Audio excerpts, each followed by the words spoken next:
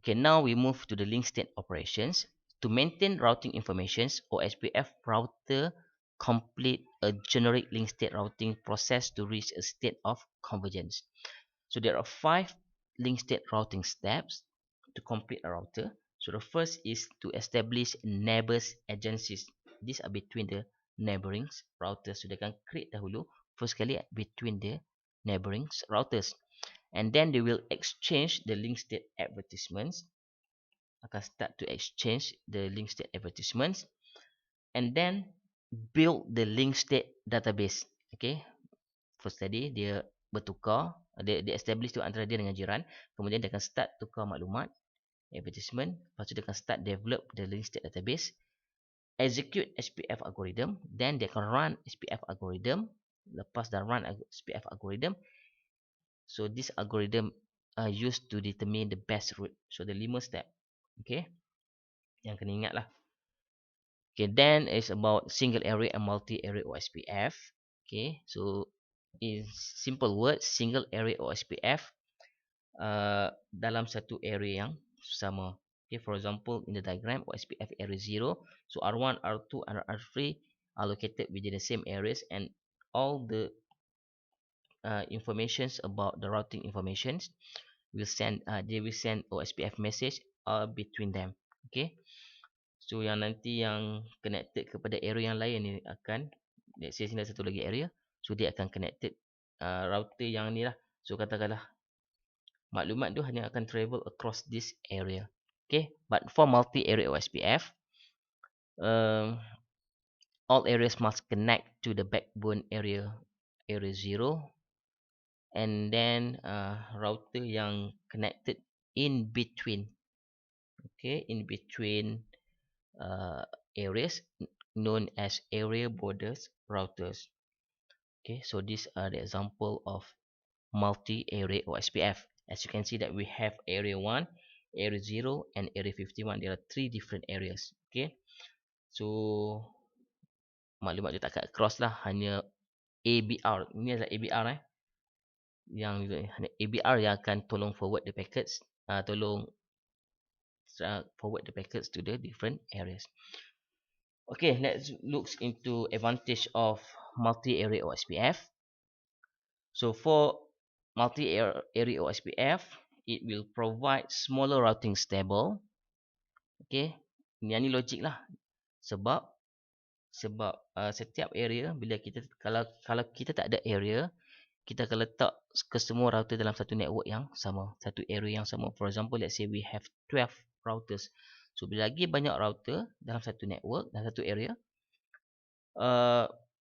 lagi banyak proses of routing. Dia akan hantar OSPF message, a lot of OSPF message, LSA, LSU updates within the same areas kan. So akan menyebabkan routing stable tu akan tinggi, dan akan menyebabkan network akan menjadi makin slow lah. So kalau kita menggunakan area, so kita akan limitkan beberapa router dalam satu area yang bersama. So dia akan menyebabkan berlakunya smaller routing stable. So bila lagi small, then akan lagi improve the performance of the routing. Okay, in terms of to determine the best route and whatsoever. Okay, then the second advantage is reduce the link state update overhead.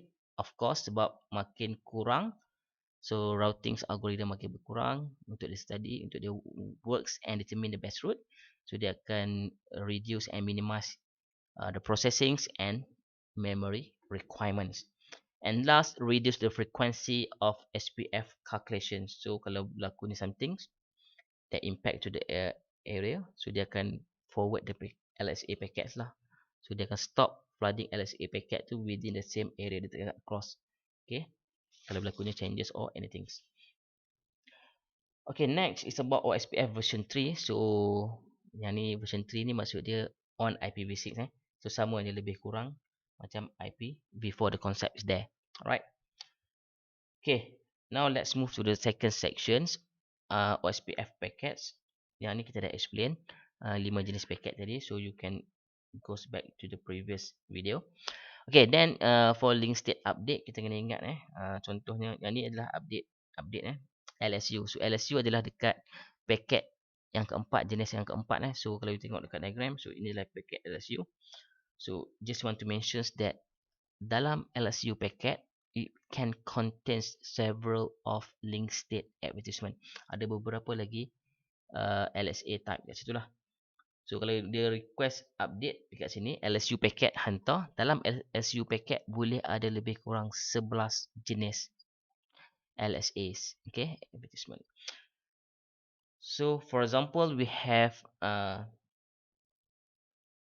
diminta update berkaitan dengan router LSA. So dia akan hantar LSA type 1, type 2 for checks database, 3 and 4 summary and so on. So boleh tengok dekat sini ada lebih kurang kalau ikut more up to 11 different types of LSAs.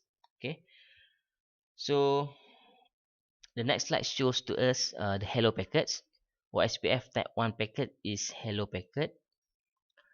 So hello packets are used to do the following. So kalau kita tengok dekat sini ni adalah OSPF message yang hantar. So dekat sini dia akan hantar data dia, contoh dia hantar hello packet. So inside the hello packet, basically what the hello packets can do is to determine neighbors and establish agencies between neighbors. So itu yang pertama lah dia boleh buat. Okay, yang kedua dia akan advertise parameters on which two routers must agree become the neighbors. Bila dia hantar hello packet, dia akan do the agreement to make sure that both are agrees to become the neighbors. And then the last is to elect, okay, untuk dia pilih which router between them will be the DR, designated routers, and BDR, okay, backup designated routers. Okay. Okay, next, the last section is OSPF operations. So how OSPF works. Okay, there are 7 states of operation OSPF operations. So the first is down state, init state, two-way state, and then we have exchange start state, uh, exchange state, loading state, and full state. So we are going to learn and look one by one. So saya akan explain summary lah. Okay, so down state. Okay, no hello packets received equals to down. Maksudnya kalau satu router tu dalam keadaan yang macam ni so router 1 dalam keadaan yang belum dikonfigure apa-apa. So once we configure OSPF to this router, for example dekat interface ni kita configure OSPF, then dia akan start change to init state sebab dia dah turn on. So apa yang dia buat, dia akan start to send hello packets. Okay, so dia akan change from down state transitions to init state. Okay, so tak ada hello packet, dia akan dalam bentuk down state lah. So bila you dah configure OSPF kat dalam tu, dia akan turn on, dia akan start sending the hello packet. Bila dia start send the hello packets, dia akan terus change to second state which is init state. Okay, so dekat init state ni, hello packets are received from the neighbors. Let's say tadi R1 tadi hantar, so R2 duduk kat sini kan, so R2 dapat so R2 dapat message tu. So R2 akan dapat lah, dia akan dalam bentuk init state. So bila dapat, dia akan reply balik kepada R1, R1 pun akan dapat lah. So R1 akan masuk dalam state init state. Okay, so the hello packets are received from the neighbors contains information of router ID. So dia akan dapat maklumat tentang router ID of dia punya neighbors. Yang neighbors yang hantar tu, dia akan hantar sekali maklumat router ID. So R1 akan dapat maklumat tentang neighbors tadi, including the router ID of the neighbors. And then will change transition to the two-way state. So dia akan masuk kepada third state which is two-way state. Two-way state ni maksud dia dah nak start do the communication between these two router. Okay, so router number 1 dan router number 2 ni dah ready dah nak exchange the informations. So dalam two-way state lah. So dalam fasa two-way state, the routers will do the process of elections sebab dia nak tentukan which one will be DR and BDR. So DR dengan BDR ni apa? Okay,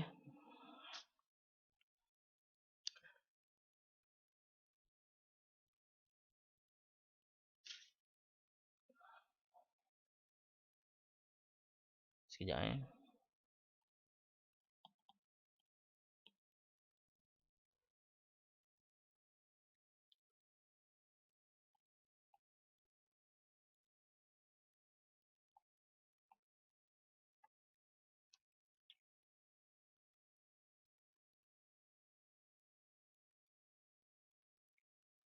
Okay, so continue. So transitions to the not transition. Okay, so dia akan start untuk pilih which one is DR and BDR. Okay, so DR is designated routers and BDR is backup designated routers. Okay, so once dah determine yang mana akan jadi DR and BDR, so DR tu dia akan start to exchange the information. So dia akan move to the next state which is X start state. Okay, once the decision has been done, so dia akan start changing the database. Okay, setiap router ada maklumat kan, R1 R2 ada maklumat tentang dia punya uh, routing information. So dia akan start exchange between them. Siapa yang nak start dulu, dia akan tentukan daripada DR and BDR tadi. So DR akan start exchange. Okay, at this state router akan decide to initiate. Siapa yang nak start? Tahu dulu. Okay, once dah start, so dia akan do the process of exchange the state. So the routers, both router will start to exchange the informations of DBD packets. Okay, so at this stage, kalau perlukan additional routers, then dia akan change from loading ataupun pergi kepada full state lah. Ada dua kaedah kat sini. Kalau tengah-tengah hantar maklumat tu, router hantar maklumat, dua dah terima. Okay, both dah terima. Tiba-tiba router satu contohnya dia minta lagi maklumat tambahan. So bila minta maklumat tambahan, so dia akan change to the loading state. Okay, tapi kalau dua-dua dah okay, there is no additional information required, then dia akan pass to the full state. Okay, so kalau dekat loading state, dia akan request another informations. Okay, for example, dia request an additional root informations. So dia akan calculate lah rules process by using the SPF algorithms, and dia akan change after the complete, baru dia akan change to full state.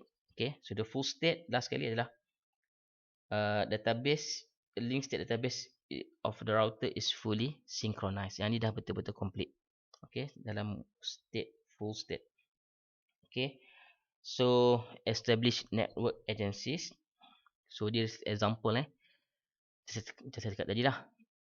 Okay, bila router tu send a hello packet, dia hantar hello packet yang ada maklumat tentang router ID kepada semua OSPF enabled interface. Okay, the hello packet is sent by using multicast address. So semua akan dapat lah yang dalam address tu, a group of address akan dapat, and then only OSPF version 2 routers will process this packet. So bila dapat, hanya router yang configured by OSPF sajalah yang akan process this kind of packets. Okay, lepas dapat dia akan hantar balik lah kepada dia punya yang minta tadi, dengan router yang minta maklumat tadi. Okay, so this is the details informations about the process of routers used to establish agencies on multi-access network. Okay, for example, down to init state. Okay, when OSPF version 2 is enabled to interface, for example, router 1 akan transition from down to init.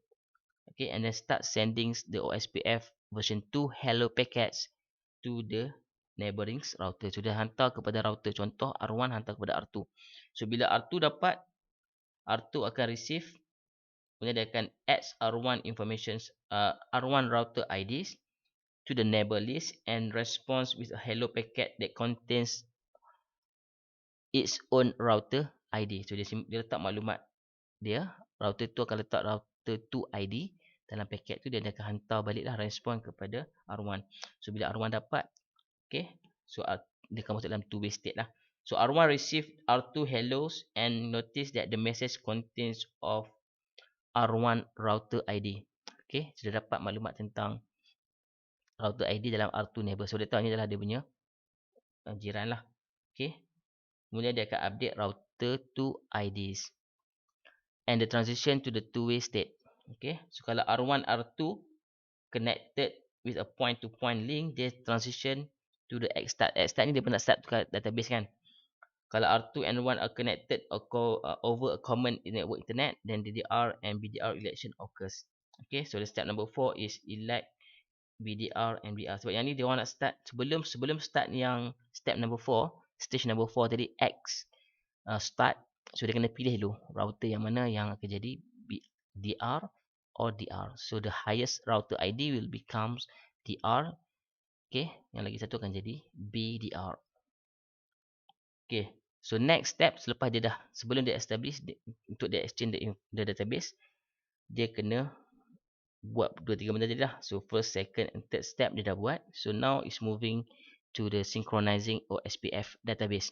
Okay, after two-way states, the router transitions to database synchronize. Sekarang dia nak start start.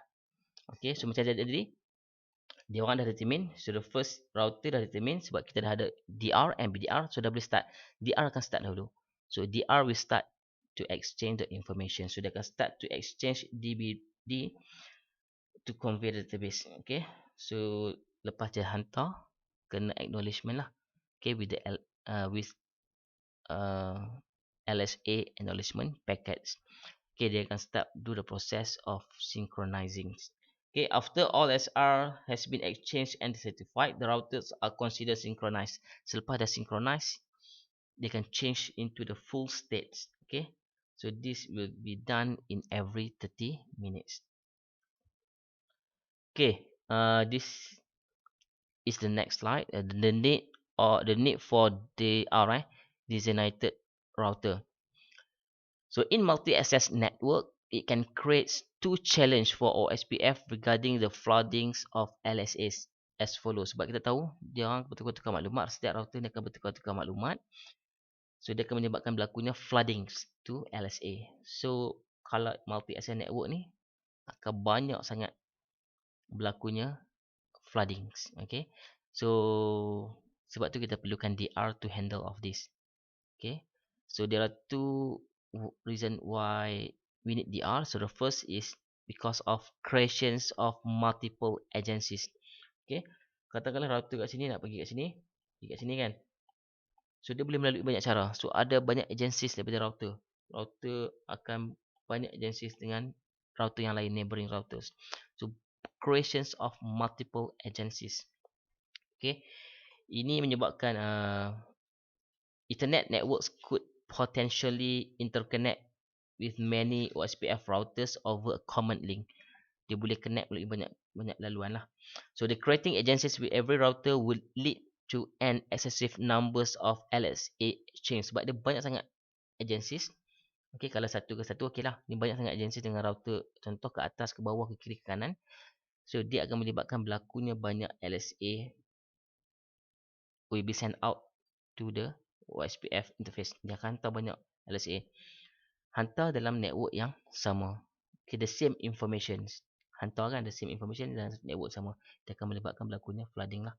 And then extensive flooding of LSA. Link state router floods the LSA anytime OSPF is initialized or when there is a change in the topology. The flooding can become excessive. Okay, so these are the two reasons. And macam mana kita nak calculate the agencies yang sepatutnya berlaku. So let's say we have 5 routers. In this diagram we have 5 routers. So we can use a formula n in brackets n minus 1 divide by 2. So let's say we have 5 routers. So 5 minus 1 is 4. 5 times 4 is 20. And then divide by 2. So we get 10. Okay, so kita akan dapat 10 agencies yang sepatutnya berlaku lah. Okay, so the last slide, LSA flooding with LSA flooding with DR. Because of the increased number of the routers on multi-access network, it will also increase the number of LSA exchange between the routers. Router banyak akan menyebabkan berlakunya LSA akan lagi bertambah banyak lah. Sebab tu kita perlukan DR. Okay, if every router in multi-access network had to flood and acknowledge or receive LSA to all other routers to the same on the same multi-access network, the network traffic would become chaotic. Okay, semua lah banyak sangat LSA, sedangkan dia orang hantar LSA tu dalam network yang sama. So OSPF will relax a DR to be the collections and distributions point for LSA send and receive. Okay, so kita ada DR lah untuk handle of this to be the collections and distributions point. So kalau DR fail, then BDR will take over. Okay, so all others router become DRs. Okay, So I think just that for our class sessions. So hopefully for the next chapter we are going to learn about the configurations of our SPF in single area network. So itu sahaja for our class. So kalau tak ada apa-apa, kita boleh end for our class. So thank you. Assalamualaikum warahmatullahi wabarakatuh.